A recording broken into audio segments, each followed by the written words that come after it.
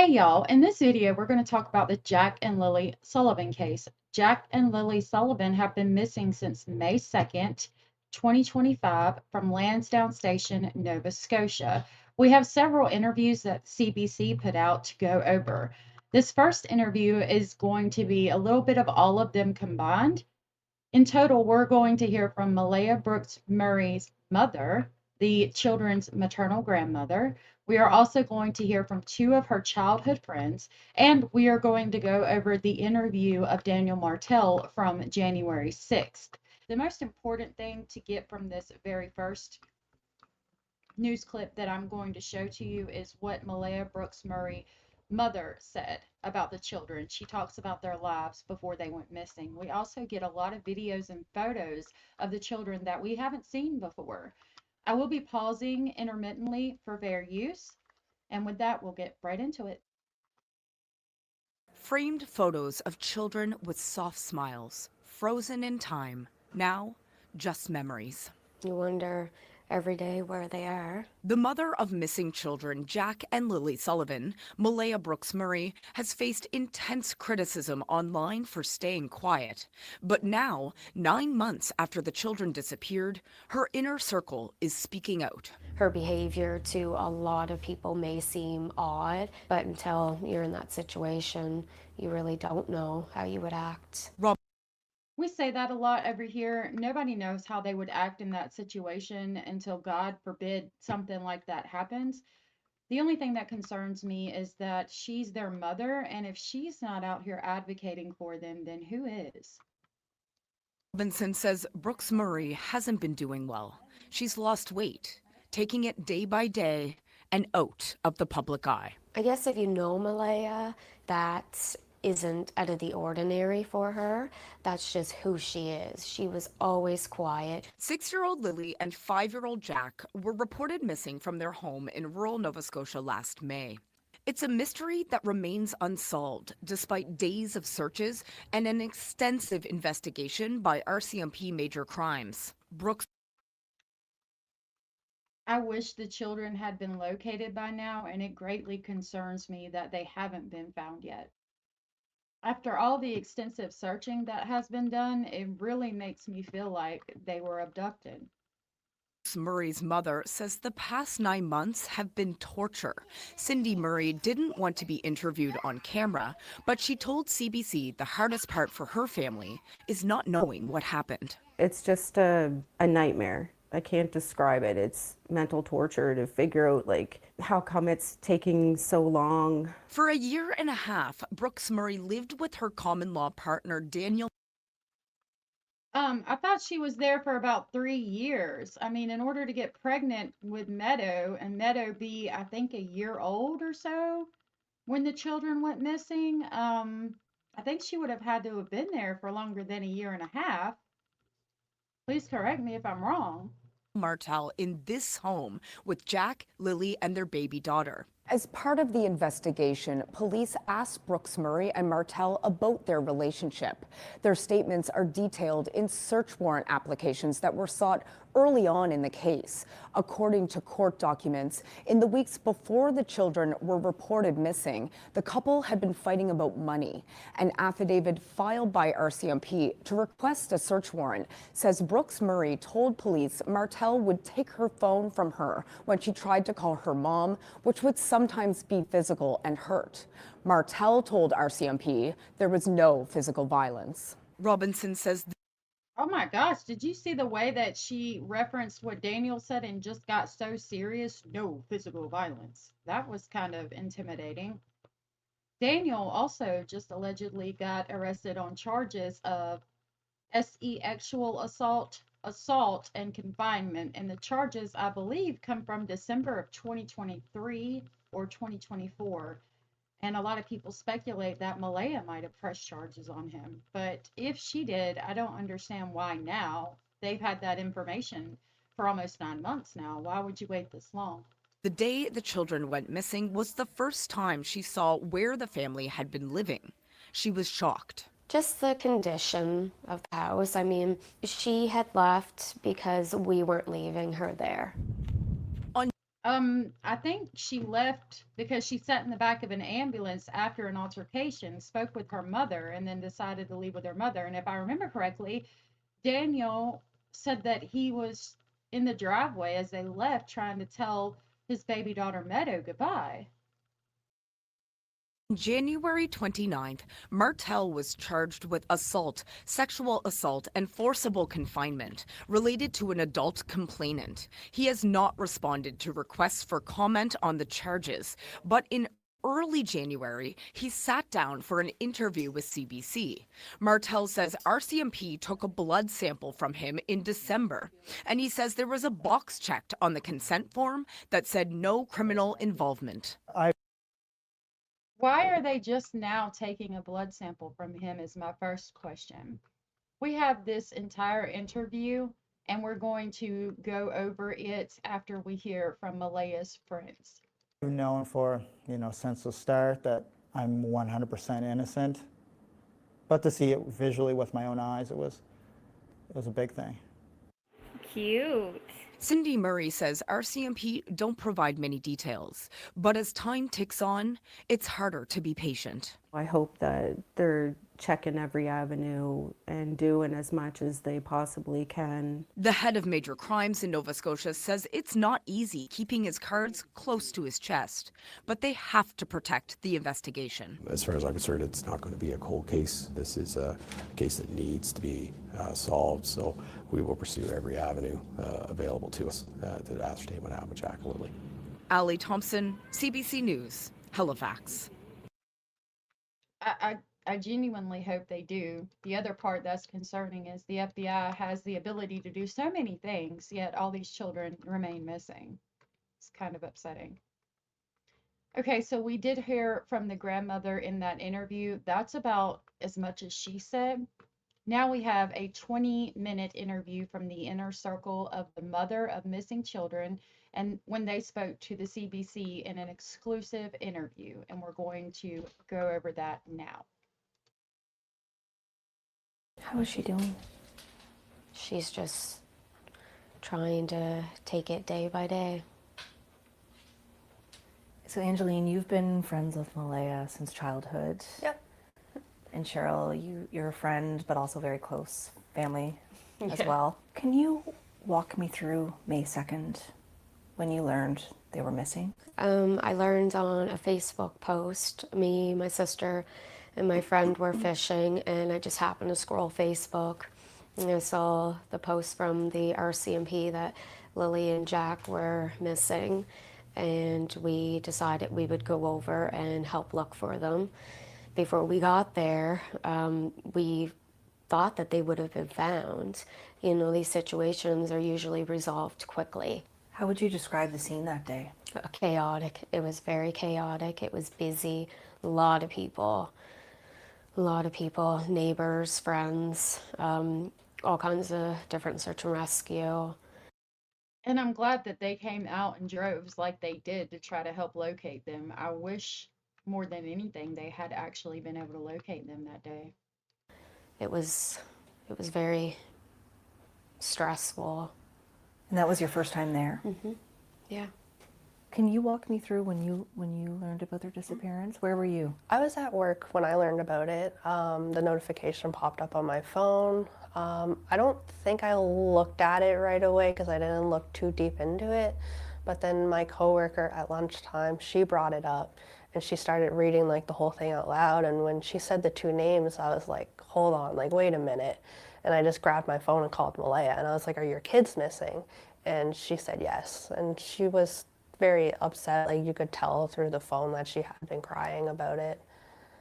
Yeah, and you were working. I couldn't imagine working and then finding out that a close friend's children were missing that way. That would be unreal. It would seem like it wasn't real, you know?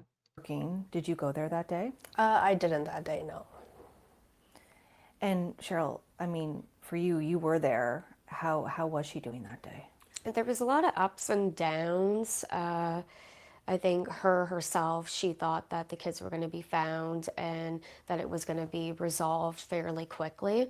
And I don't think it really set in until later that night that, something wasn't right. And so, Yeah, I mean, I agree with that, and I would understand. Most of the time you think, well, they've only been gone a couple of minutes or a couple of seconds. They couldn't have wandered off that far. The thought of somebody picking them up doesn't cross your mind until it's been like, 20 or 30 or 40 minutes. And then as time progresses more and more and nobody's finding them, then the worry sets in more and more. And you start to question, hey, what can we do if somebody has them? Can we put out alerts? Things like that.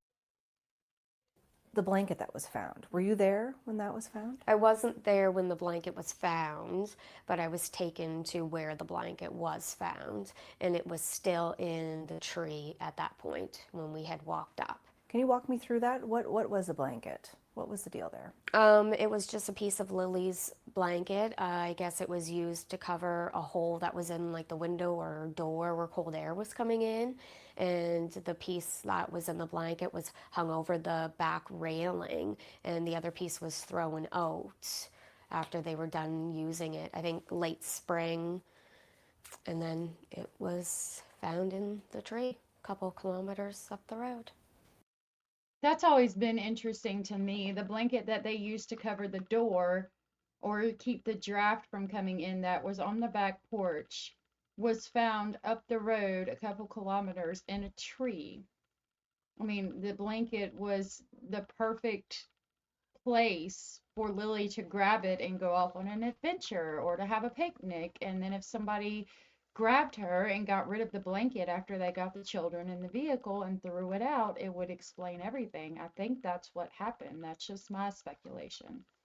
What did you think about that? I found it odd, very odd, that it would go from the house to the tree. I'll ask about the boot print. So, Angeline, you've been fixated on this case and know the details. What do you make of the boot print that matches Lily's foot size and boot print? It was a clump of them. It wasn't like a trail leading up to like a set of footprints walking up anywheres. It was a clump. Oh, so it was multiple footprints, not just one? Oh, okay. What's your impression of that, Cheryl?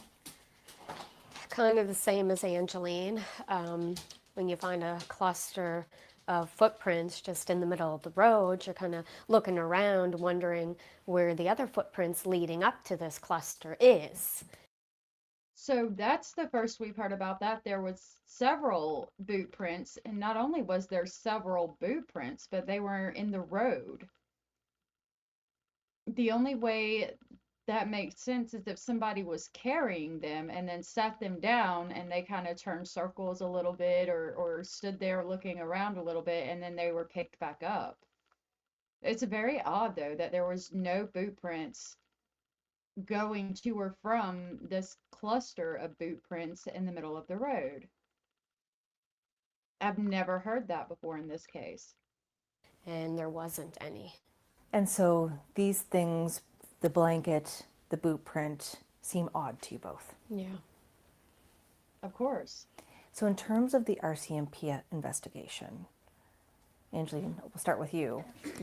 What's your take on where that stands? It's been slow.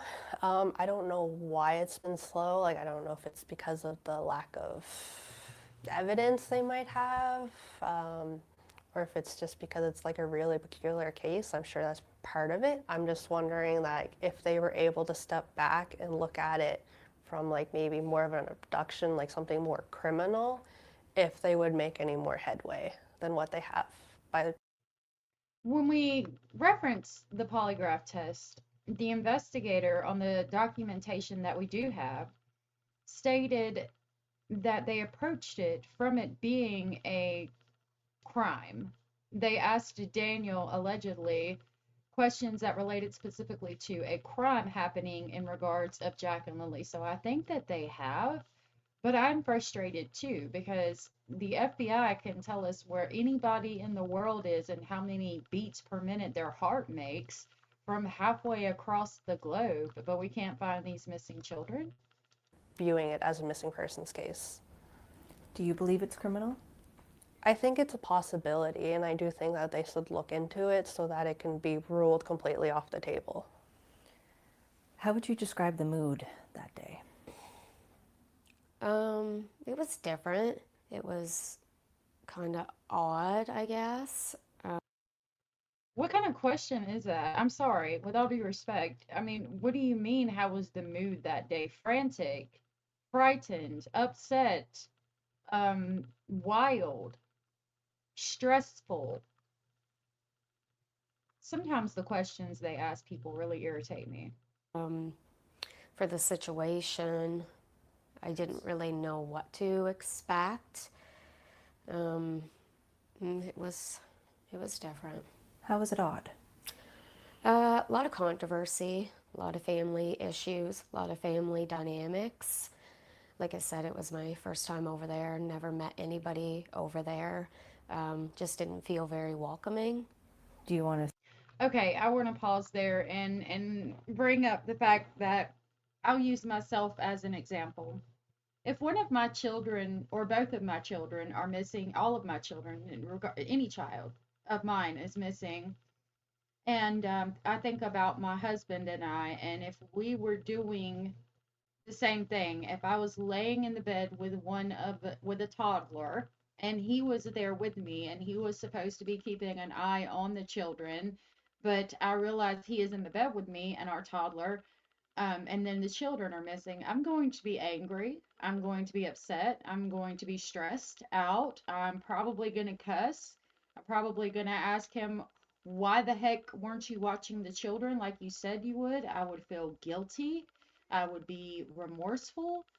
I would be like, oh my God, the one time that I fell asleep and they disappear, and there a lot of self-blaming. Um, it's hard to imagine, right? But I don't know how a family that's going through that is supposed to be welcoming. I mean, my thought process would be not to be worried about how the family is acting at all because they're going through the most stressful situation that they've probably ever been through in their whole entire life. Nobody knows how they would react until they're in that situation, but I hope that I would go up and say, "Hey, can I help you search? Where do you want me to look? What has been checked already? What can I do to help you?" I don't think I would be worried about being welcomed in with open arms in a situation that is that stressful, if that makes sense. No offense against her or the reporter that's asking the questions. I'd hate to judge people on the way they reacted in the most stressful moment that they've probably ever been through. Speak to why you hadn't been over there? Kind of lost touch with Malehya after she had moved over there. And I feel bad about not keeping in touch with her, but I didn't know how else to get a hold of her. What were you surprised about when you got there? The conditions that the kids were living in, things that we had learned through looking for the kids. A lot of the speculation has been, why did Malehya and her family leave and not come back? Mm-hmm. Anything you'd like to say about why that decision was made? She had left because we weren't leaving her there. I'm glad that she had that resource and could get out of that situation if she really wanted to. I mean, I think it's always important to have family and friends that will help you out. I do know that it was stated that there was some kind of argument that ensued. Again, stressful environment, stressful situation, completely understandable. And she went and sat in the back of an ambulance, talked with her mother, and then left with her mother and took Meadow, and Daniel can be remembered telling Meadow bye down the driveway. I can't think of a way as a friend to describe that if it was my friend other than saying we weren't going to let her stay there. I mean, that basically puts it as politely as humanly possible. It sums up what happened in a very polite way. What concerned you the most? Just the condition of the house. I mean, I know that not everybody has a fancy house, not everybody is rich, but there's things that you can do to improve your living conditions. Yeah. Yeah, because she never grew up that way. Her mom always had a nice clean house, and her grandmother always had a nice clean house too, and that's how she was. That's I don't disagree. I mean, you don't have to have money to make sure your house is clean. You can use soap and water to clean your house. I don't disagree with that. It's not about how much money you have. You could make a house that's just four walls and a dirt floor look nice and clean. I don't disagree with this statement. what she was. Yeah, that's one of the things I'm very familiar with her too. Like, I'd be going over and she'd be like in the middle of like cleaning or doing some type of like chore for the day. And so, how are you supporting her now through this? She has been here pretty much every day since the kids went missing. So these might be the friends that she was seen with at the beach. A lot of people had a lot of problem with that, and I think I don't think that she should spend her days inside all the time being upset. Okay, everybody needs to get out once in a while. Everybody needs a little bit of therapy. The ocean, if you can do that. Music therapy for me. My issue, I want to see her advocating for the children more. Because if mom's not advocating, who is? That would be my only thought process with that. Because if somebody does have them and she's not out here pleading for them to come home, they might think that she doesn't care and, oh, I'm providing them a better environment because she's not out here advocating for them, so obviously she doesn't care, right? Which is not true at all. But that could be the ways I would be worried that somebody would think that. If I was in that situation, I would think, again, nobody knows unless God forbid they're in that situation. We just try to help her and guide her in the right direction and give her the hope that the kids will be found. Yeah, the support that she needs to like navigate it, either like emotionally or just us being there, like talking about what she could do and like how it might be like a benefit. Yeah. How is she doing? Not great. I've noticed a significant decrease in her weight since the kids have gone missing. She's just trying to take it day by day. Okay. And so, how did the rest of that week go? It was hard, especially the 6th day when they scaled back the search and gave the briefing that they did. It was hard to hear that, but we never gave up the hope of finding them. And we still don't. I genuinely hope that they do find them again, though. I wish that she could go search as well, or could have even been there the first couple of days, the first week. She might notice something that only a mother would notice. I know there's trained professionals out here that are trained to pick up on things and trained to find people, but sometimes you notice things like, I don't know, the way a leaf is positioned on a walkway that only your child would do. Probably doesn't make sense. It makes sense to me. Maybe it makes sense to some of you.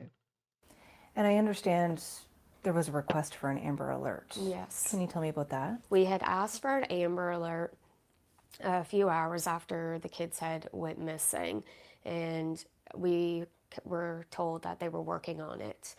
So they had to send it to their supervisor, whoever deals with the Amber Alerts, and it come back saying that it didn't meet the criteria because apparently you have to have like a suspect or reason to believe that they could have been abducted. So all we got was a vulnerable missing person alert, and it only went to Pictou County, Antigonish, and Truro, I believe. So it didn't even go like Nova Scotia wide, just those 3 areas. So that was pretty disappointing.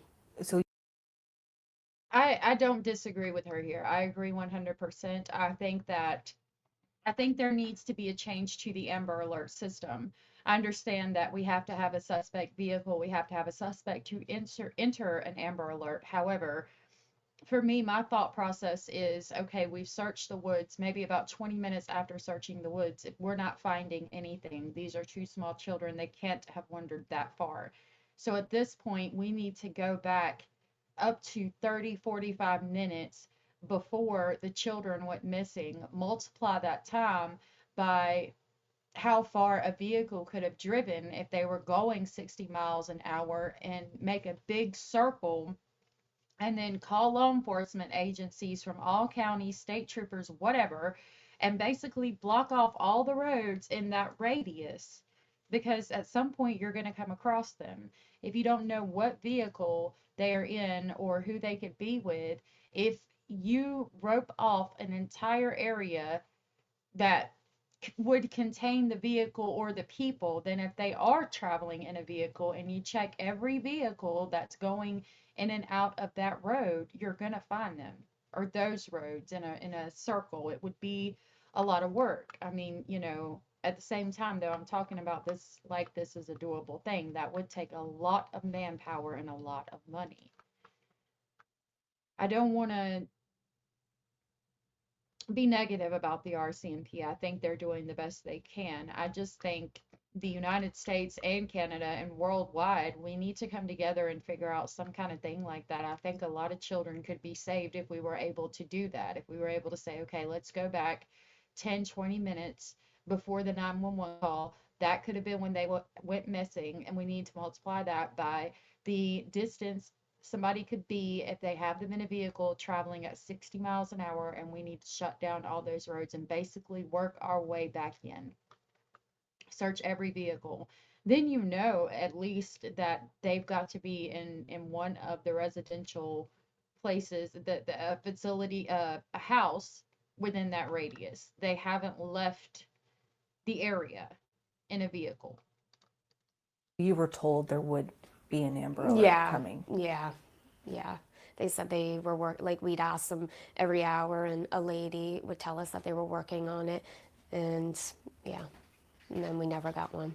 We were disappointed, but it also gave us reason to think that they thought they were in the woods and that they were going to be found, and that nobody took them. And you've both been out there. We met at the volunteer search back in November. What were your impressions going back to the scene then? I almost felt sick. We were hoping that we would be able to find them, to have some type of closure to the case. But being out there gave us a little more insight of the area, where it wasn't as busy that day as it was on May 2nd. So we were able to really look around and get a feel for, what the woods was really like. And so That's really important. That's really important. And I couldn't imagine going out there, because you're going to be looking for bodies if you're going that late November. I mean, they've been missing for 6, 7 months. It's upsetting. And I'm glad that she was able to do that for her friend. leaving there, what did you feel? We felt a lot of disappointment, but also a lot of relief. We didn't find them, so it gave us hope that they're still okay. I don't know about necessarily okay, but out there.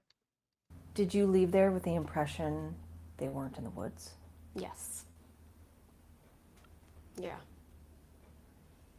Did you go through the woods with the lens of 2 little children navigating that, and whether that would be possible? We did, like the cliffs and the hills and the water, and the amount of times that we had fallen.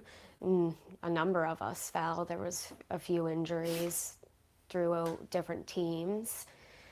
Yeah, it's hard to think that they could have navigated any further than a kilometer, really. And so Yeah, now that we're I more than agree. 8 months into this case, how is everyone doing with this? It seems like it gets worse every day. Frustration comes to mind, especially when you sit there and you kind of feel like your hands are tied, and how much that you can do. Like, how many times can you go out and search a woods? You feel limited on the types of things that you can do. I believe them in that. I couldn't imagine going through that, and I think I would probably feel the same thing. What keeps you up at night? What? What keeps you up at night? Um, the thought of my friend's children missing? What kind of question is that? Oh my Lord. Um, I feel like it's just trying to piece together like what happened, because if maybe you could figure that out, then like you would know where they might be. But it's just the not knowing. We don't really have any direction, so we're not sure which way to go. There's a lot of components to this case, and you worry about if you're missing something or if you know something that's, little that could matter. What's not adding up for you? The whole case. Yeah, even they're like, what kind of question is that? Of course, the whole case, the fact that we can't find them, the fact that they, like Sebastian Rogers, disappeared into thin air. What do you mean? And going back to what she said before that, I do think as a mother and as friends, you would replay everything in your head from that day and just say, what did I miss? There's got to be something there that I missed. I agree. Anything in particular? Um, the different stories we've heard over the last several months. If you don't know what happened, then there shouldn't be any stories. It should be, I don't know. I agree. And yeah, that's very frustrating when you have so many different people telling so many different stories. It makes it hard to figure out what really happened. Let's dive into that. So stories are being shared, lots of speculation online, particularly YouTube shows. Yeah. Tell me Thanks. about that. What's up? No, they're not talking about me and our little channel over here, but there is a lot of speculation going on some of these channels. They platform people that know the family that just say the craziest things, and those people shouldn't be out here giving these creators that attention, because the creator's going to continue to platform that person if it's getting them the views and the clicks that they want to get. It's an unfortunate situation, and none of them should be doing that, in my opinion. Been like. The internet can be a great thing, but it also can be a really terrible thing. We have met some really great people through this whole tragedy, and we've also met some really mean, nasty people. There's a lot of speculation, a lot of theories, a lot of blame. Yeah, it's been really hard.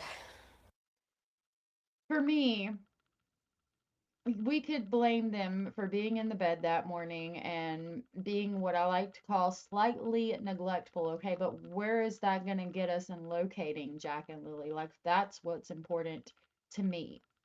We know that Daniel and Malehya didn't have anything to do with this because they passed polygraphs. For me, I know. I feel like they didn't. Let me say, I feel like they didn't. I don't want to be, find out that they did down the road. I really strongly feel like they didn't. And going back to that day and saying, y'all are horrible people because you were in the bed with your toddler is not locating Jack and Lily. Also, coming out here and saying, these wild accusations that make no sense is not helping either. Like Malaya has hidden the children on the reservation. First of all, the chief of the reservation would be putting her whole nation at risk for what? Jack and Lily's father wasn't in their life. If Malaya wanted to leave with Jack and Lily, she could have at any time. Daniel had no rights to Jack and Lily, so why would she need the reservation to hide them? I mean, it just doesn't make sense. So why come out here and say these wild things? And the YouTubers that are platforming them, why would you continue to put that out there? Because you get drama, because people come to your channel and you get some clicks and views. Meanwhile, you're slaughtering this entire case. Mm-mm. It's just, couldn't be me. It's definitely toxic is the word to use, and frustrating. It can take away from the main point of the case.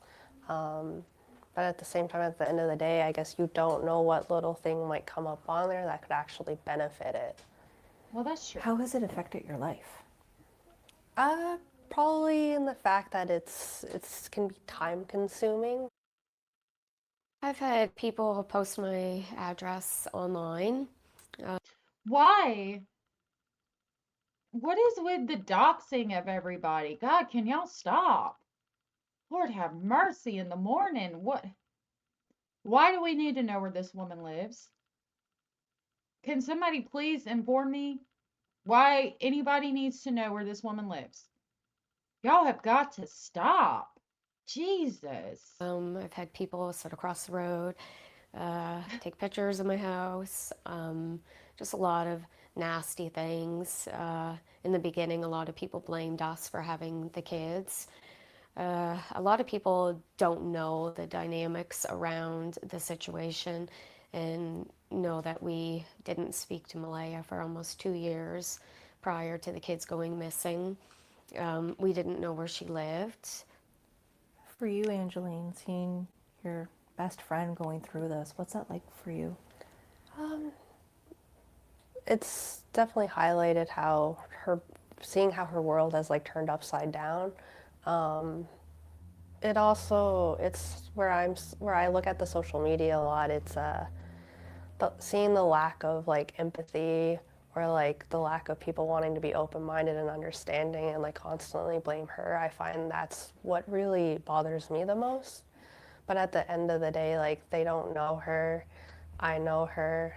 I'm a stranger to them. Like, how are they going to trust my word? And you have people who turn around and say, well, you think you might know someone. So it feels like a never-ending battle. And she's not a bad person. She's not a bad mom. I guess if you know Malaya, you would know that that isn't out of the ordinary for her.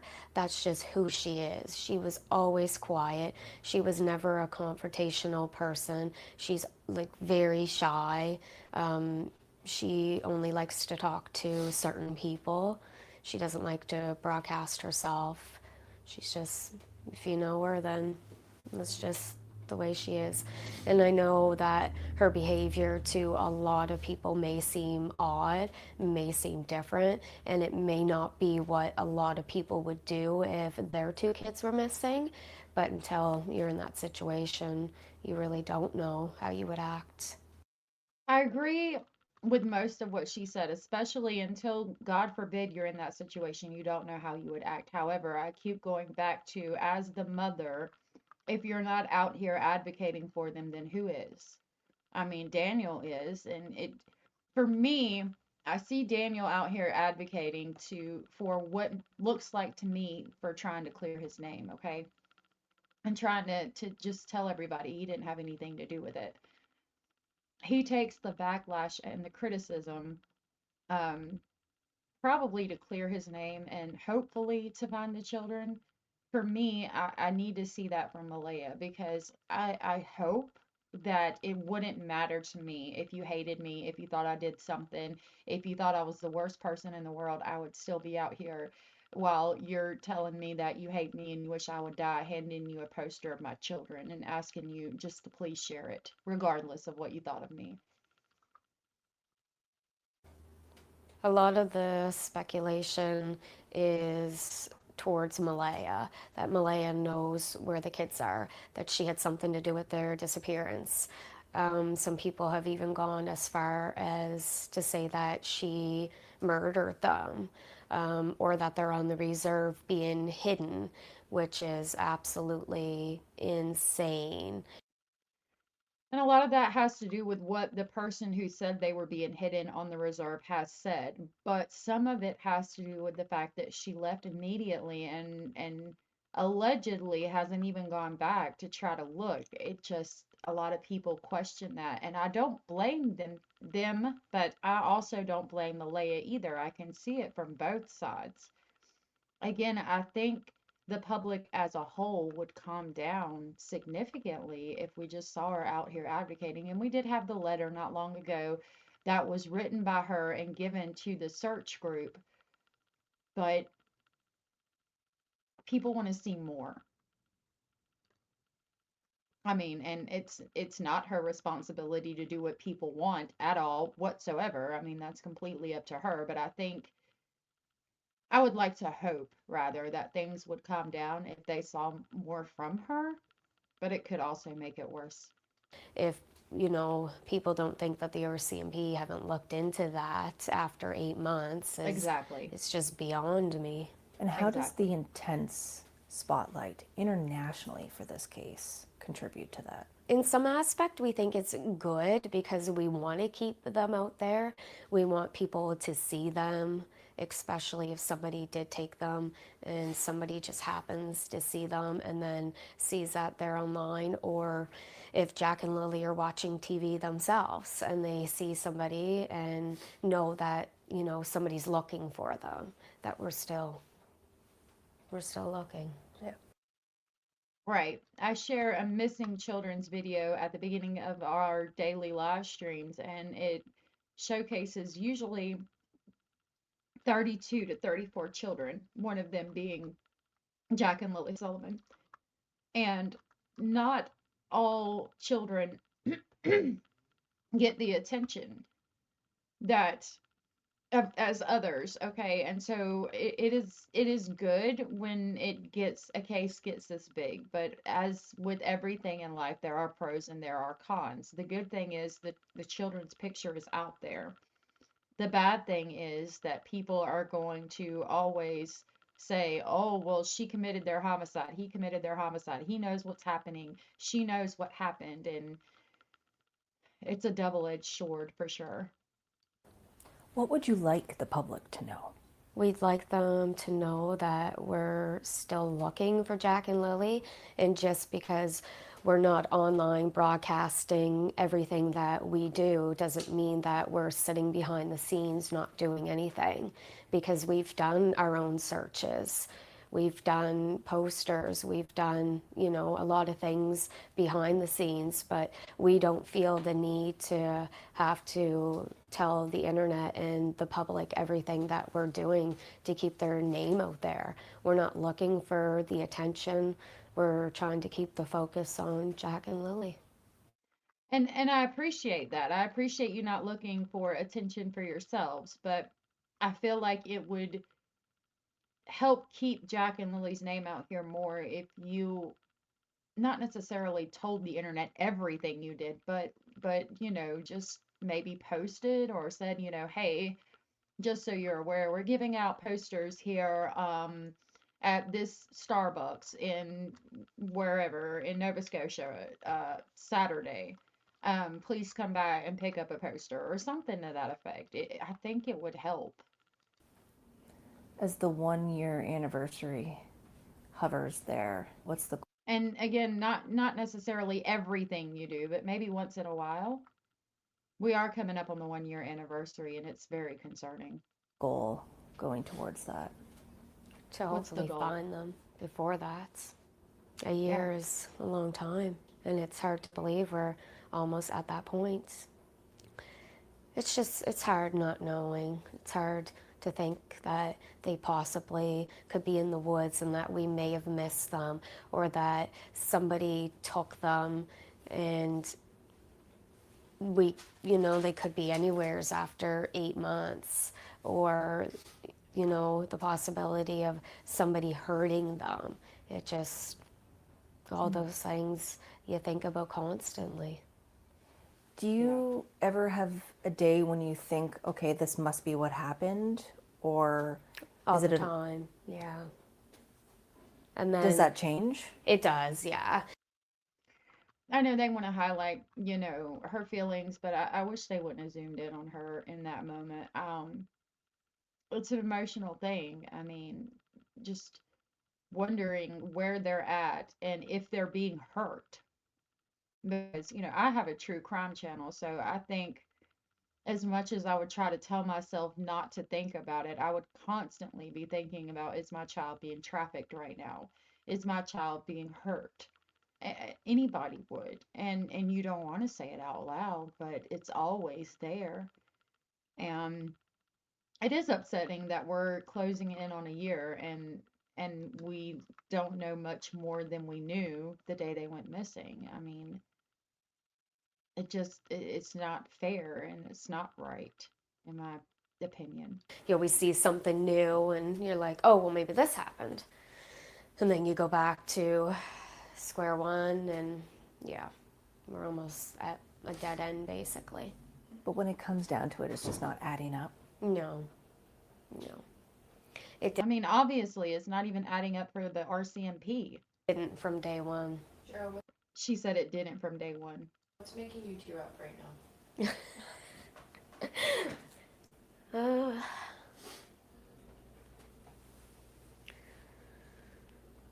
It's just hard. You try to hold it together. How much of your day is spent holding it together? I mean, you're there with Malehya constantly. Yeah. When I'm at work, I'm okay.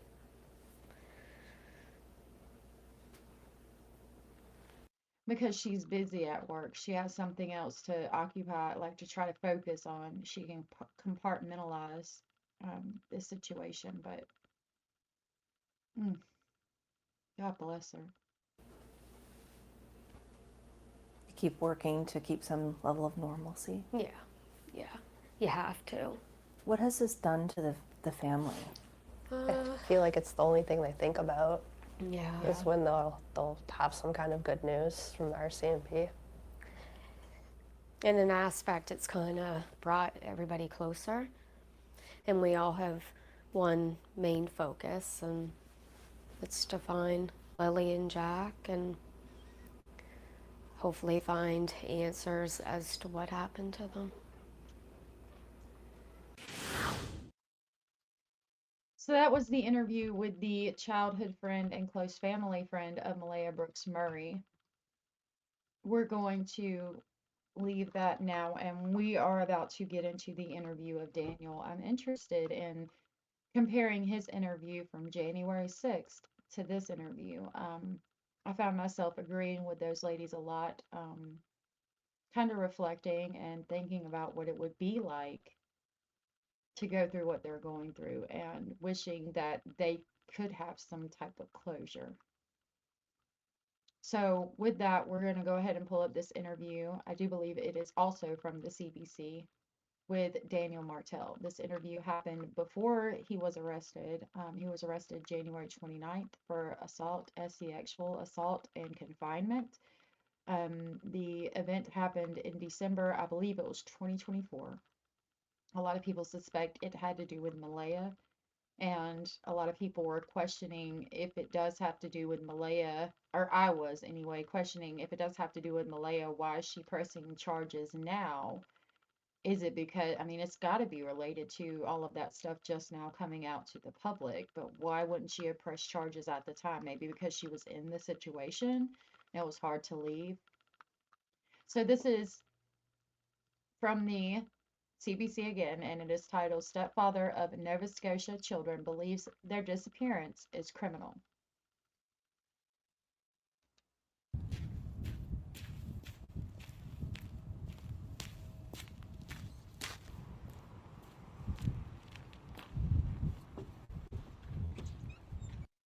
Oh, we just had to have the dramatics of him walking across the snowy parking lot and entering the building.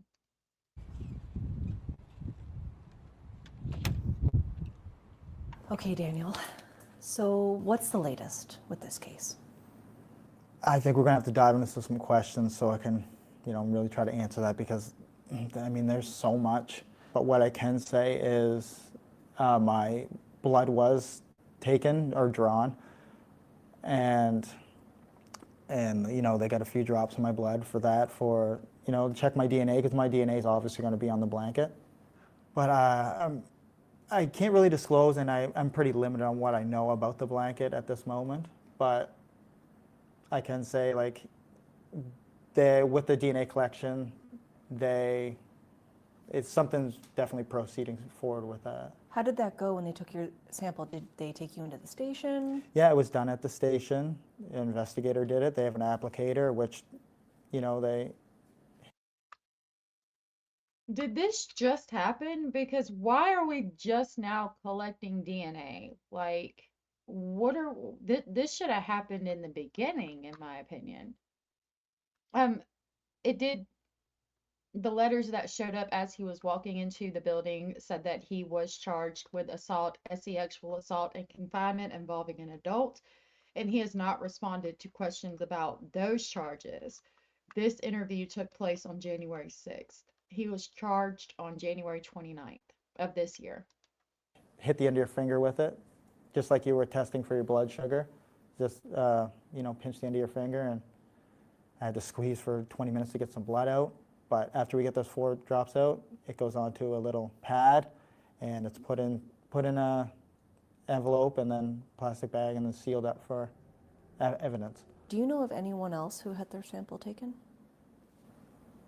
No. I was never disclosed any of that. Yeah. Nor do I. That's interesting, but to be fair, that doesn't mean that no other blood was taken. He just might not have been told about it. I ask because I know I would not get an answer in return. Right. Right. He's saying he wouldn't have asked because they wouldn't have told him. I mean, I believe that. You've been asking questions. Yeah, I ask a lot of questions. Sometimes they can't answer. And was that voluntary, or did they That call was you? 100% voluntary. They never have to get a warrant to do anything. I'm always cooperative. Just like in the past, I keep asking them, do you want my phone? Do you want me to do more polygraphs? Like, I'm open to everything. And I always tell them that. They say, Daniel, no, we don't need your phone. Daniel, no, it's not necessary to do any more polygraphs. So I know I might upset a lot of people here, but I really think he just wants his name cleared, and I hope that he wants the children found, but I really think that he comes out here to try to clear his name, and does it's just trying to be cooperative as possible to try to get a resolution, but I think it's for himself so his name can be cleared. Um, the thing about coming out here on YouTube is that there's always going to be people that don't believe you. There's always going to be people that hate you no matter what. They hate you because you wear orange shoes. There's not much you can do about it, unfortunately. But I do think that he wants to clear his name. I hope he wants to find the children too, and I'm sure he does, but I think it's more important find the children, clear my name. I think clear his name is what's most important to him. at this point, I'm very cooperative, And when they did up the paper for consent on my DNA, they fill in the paper, May 2nd, missing persons case for Jack and Lilly, and then they go through it, and then there's the box checked for criminal involvement, no criminal involvement, and they check the box for no criminal involvement, and I put my signature on it, and there was my consent.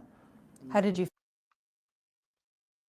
I mean, I believe that because to me, I would think if it was criminal involvement, that would mean that you're being charged with something and they're collecting your DNA. That's just my thought process on that. Feel when you saw that box was checked? Very happy. But I've known since the start that I'm 100% innocent. But to see investigators say that to me before, but then also, see it visually with my own eyes, it was It was a big thing. He didn't shake his head no or anything like that when he said that he's 100% innocent. He looked straight on. To me, it looks like he's telling the truth. So it's your understanding, you believe that RCMP do not consider you a suspect? I'd say 100% I'm not considered a suspect at this point. Why is that? I mean, from that box being checked, but we can also go back to when I had my polygraph exam. When we went over the questions beforehand, all the questions were on death, right? So they concluded that by the end of it, I was truthful with all my answers. So I didn't have anything to do with the murder of Lily and Jack. And there was no questions on the disappearance or abduction or kidnapping or anything of that nature. So that leaves me with, I didn't murder the kids. I have nothing to do with the disappearance because they did not ask any questions on that. And Okay, the thing is, we heard through the court documents that we've seen that the police asked specifically about a crime having occurred with Jack and Lilly Sullivan. And yes, Daniel talks about them asking questions that were related specifically to the homicide of Jack and Lilly Sullivan, and I believe him when he says that. However, they didn't ask questions about the disappearance. I believe him when he says that too. It leaves that possibility open. I don't think that he killed them, and I feel pretty positive in saying that Malehya nor Daniel committed their homicide. Um, but I think that they should have been questioned more on the disappearance with the polygraph test. Both of them. Some people think an accident could have happened and they could be covering for that. I think that regardless of what you try to trick yourself to think, you would fail a polygraph if you knew the children were deceased and were questioned about their homicide and answered. Because you would still know that they're deceased in your mind, whether it be accidental or not.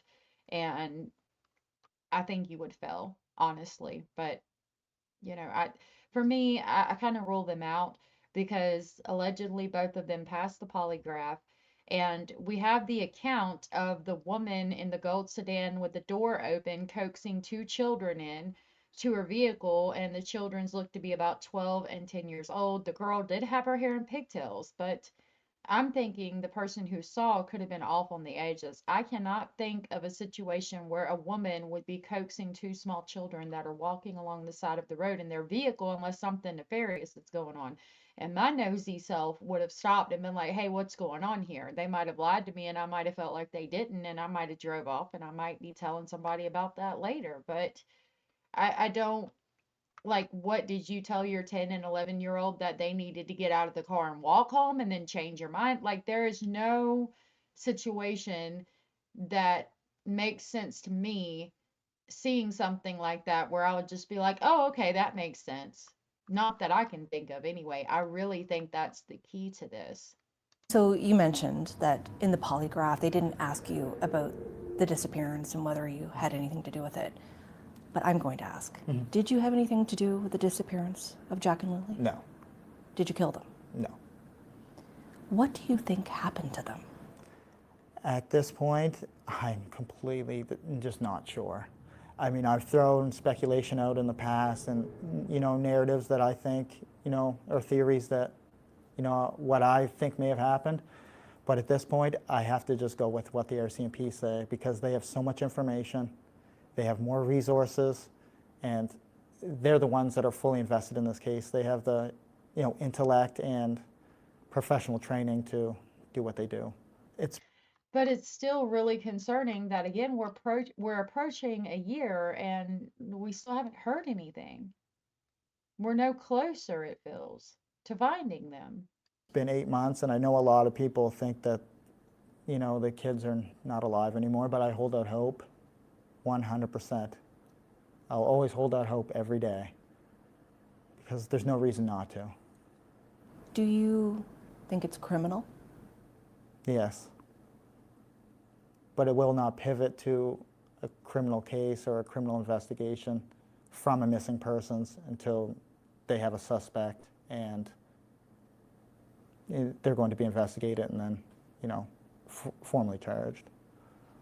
Do you get any sense from RCMP that they believe this is criminal? Yes, but they don't openly share that or talk about that concept with me.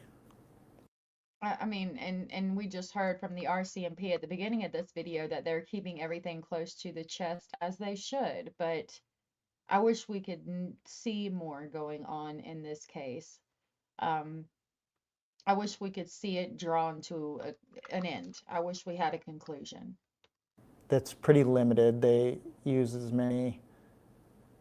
the least amount of words they can to convey what they're trying to get across or questions, or it's usually me who tries to dive in depth with them, but they're pretty tight-lipped on everything, and they should be. Right. How many times have they officially interviewed you? Formally interviewed. The very first one was about 4 hours, and since then, I'd say about maybe 5 times. I don't know the count exactly, but probably around 5 times. And when was That makes sense to me, because I would think that they've gone over and back to the beginning and said, we need to approach this, we need to go back to the beginning and try again and see what we've missed. the latest one? The latest one would have been, that would have been on the blanket. So, and the actual formal interview for that wasn't very long. That was probably about 20 minutes. But the amount of time I spend with them is a lot because we go over a lot. It's just me asking questions and how can I help them. So it's usually like an hour and a half to 2 hours. I only plan on being there for 20 minutes or whatever they have to do with me. But it's just like we just keep talking. And so when you say interviews, that would be recorded, on the record interrogations? Yes. Yeah, Again, I think he asked a lot of questions of them to try to figure out what's going on in the case and to continue to try to clear his name. That's just what I think. through the audio recordings. There have been allegations from Malehya's friends and family that you were abusive to her. Were you? No. See right there, he said he shook his head no and then shook his head yes. I think he was a little bit abusive to her, but I don't think that correlates to the disappearance of Jack and Lily, honestly. They said See? You see him shaking his head yes? that when she moved in with you, she cut off all contact with them and you monitored her phone. She also monitored mine. We both had the same passwords on her phone, and her friends, she blocked her friends on my phone, and she blocked them on her own phone. So how would you describe your relationship before the children went missing? Yes. I don't really want to talk on that because I don't really want to talk on too much to do with Malehya. It's best that we don't. Okay. I appreciate him doing that and just trying to be respectful. It's concerning. Well, not concerning. I question who he got these charges for because if the police felt like they could bring charges against him for it, then that means there was some evidence and they felt they had enough to charge him formally for that. There had to be some evidence.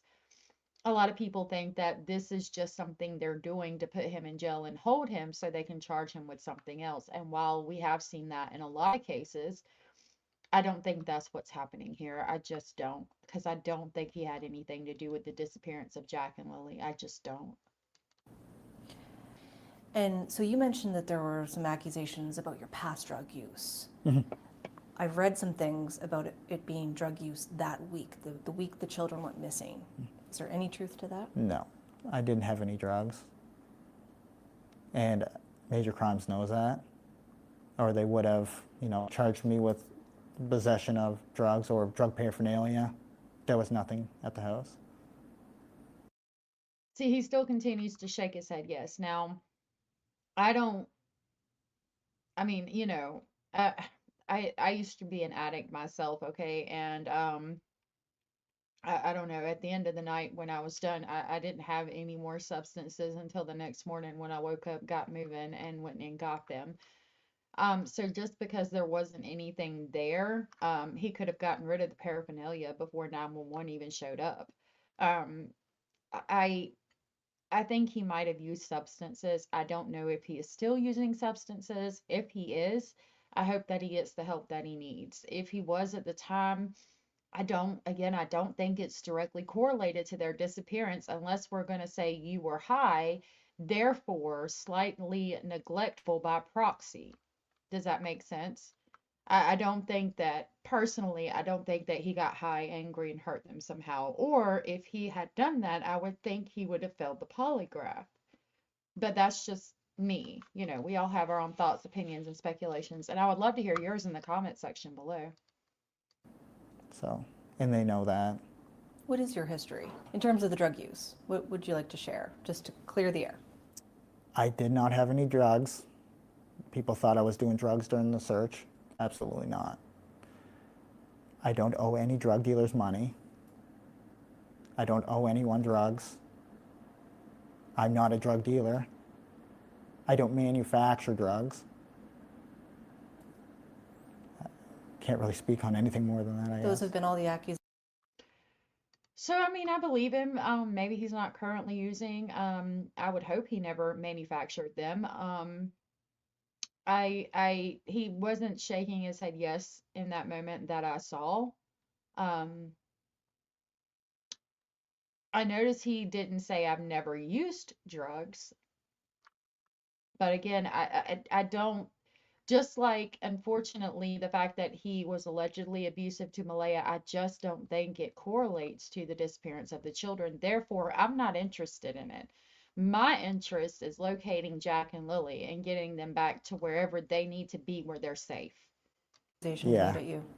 that I have, you know, manufactured drugs, sell them. I give them to people to sell.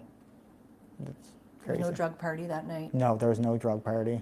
There was People on the internet are going to talk and they're going to say things, and there's nothing you can really do to stop that. I don't see.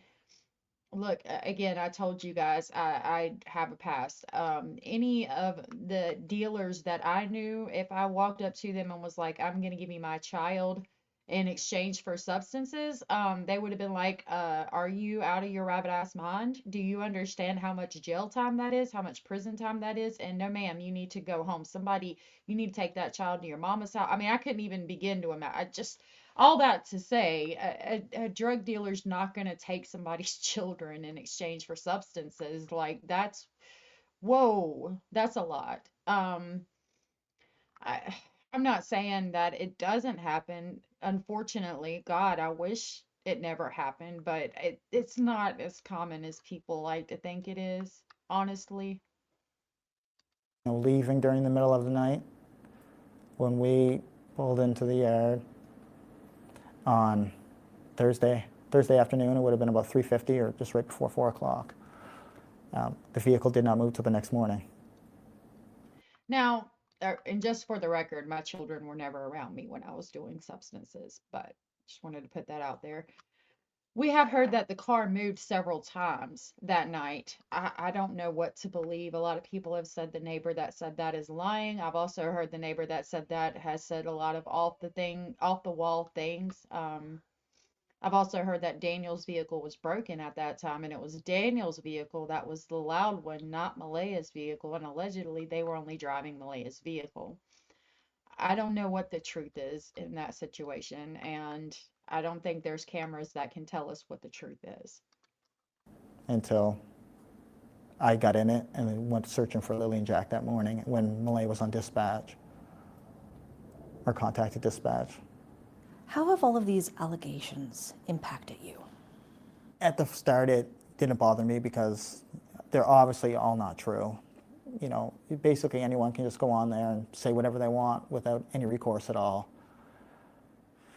And over time, you know, it started to get to me because it's just constant, right? I tried to keep up on it all and tried to, you know, tell everyone the truth and correct everyone, but it was just too much. When those groups start to get so large and there's thousands and thousands of comments and thousands of questions every day. That's too much. And then you have YouTube creators, they just go on and, you know, they basically become delusional. They have their mob and they look to destroy, or they're completely obsessed with me and the case. Yeah, I mean, what have you? YouTube creators, some of them, when they get their eyes set on somebody, it's like, you know, seek and destroy. And unfortunately, what a lot of people don't understand until they become creators is that there are a lot of people out here that will say and do things because they get a lot of views when they say and do certain things. The more drama you have, or the closer you are to these cases and the people involved, the more people come and look at your channel. And that brings in revenue for a while, but then it slacks off for a while and you're, you know, not making as much money. So what do? You manufacture some bullshit and you get the views again. That, I don't know. I have a very small channel and I couldn't see myself doing that, but I try really hard not to depend on the small amount of money that I make on YouTube, because when you get dependent on that money and you're depending on it every month, that's when you fall into an area that gets a little shady, where you might manufacture some drama or, you know, say things that you probably shouldn't about missing children's parents and things like that. I have to. I've never done that, and I don't see myself ever doing it. I strive to be like Plunder. I really look up to her. I couldn't see her doing something like that, but some of these other channels will say things just to piss him off, so he'll come and make a comment, and then they can talk about that for a week. Um, I don't think that shit's cool, but a lot of the creators either don't realize it because they're so caught up in the case, or they don't care. This is the internet. You hide behind a screen name, nobody sees your face unless you're a creator and you put your face out there. And so you have the ability to stand 10 feet tall and be bulletproof, when in reality, you're nothing of the sort. Learned about the true crime community? That it's absolutely vicious, and I said this word a lot, but obsessive. And I don't disagree.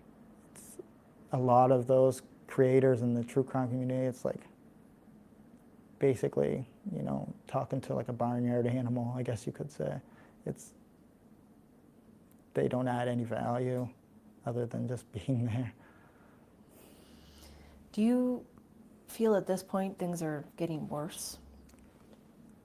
Or has it eased up at any point? The community it's becoming more aggressive with their conspiracies and theories due to my lack of engagement online. I've seen.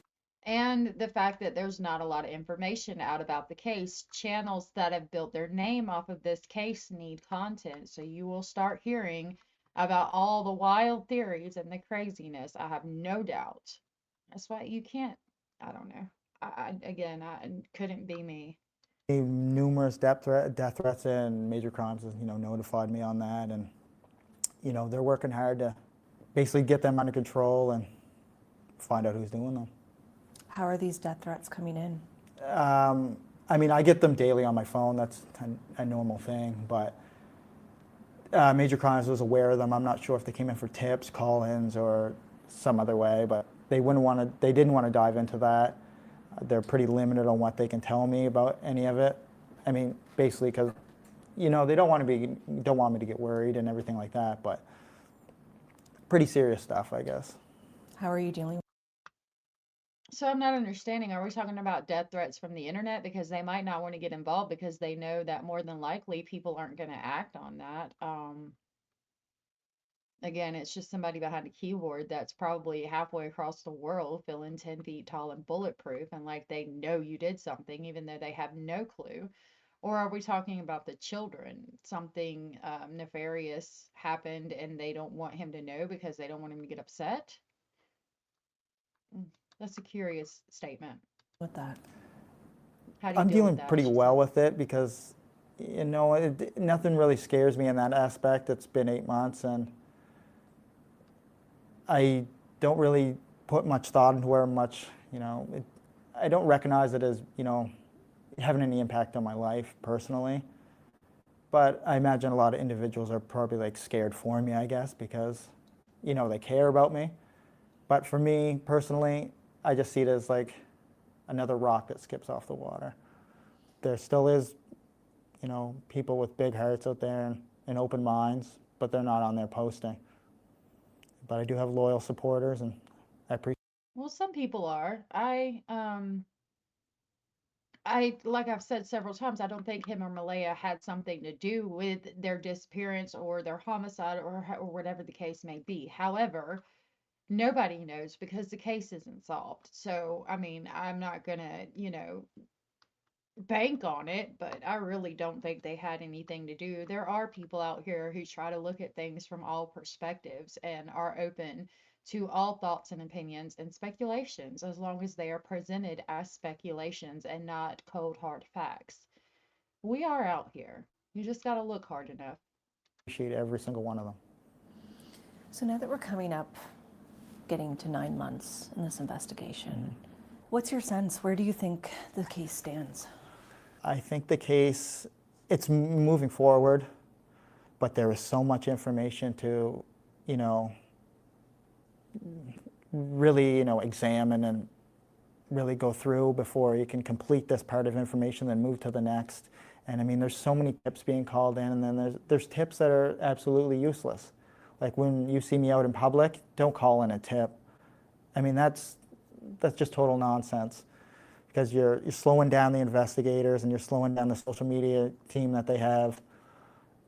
I mean, I agree with that. If you see Daniel out in public, like, why do the cops need to know that he's out in public? What are you doing? They need to look into tips about Jack and Lilly, not Daniel. I think they've already spoken to him at nauseum.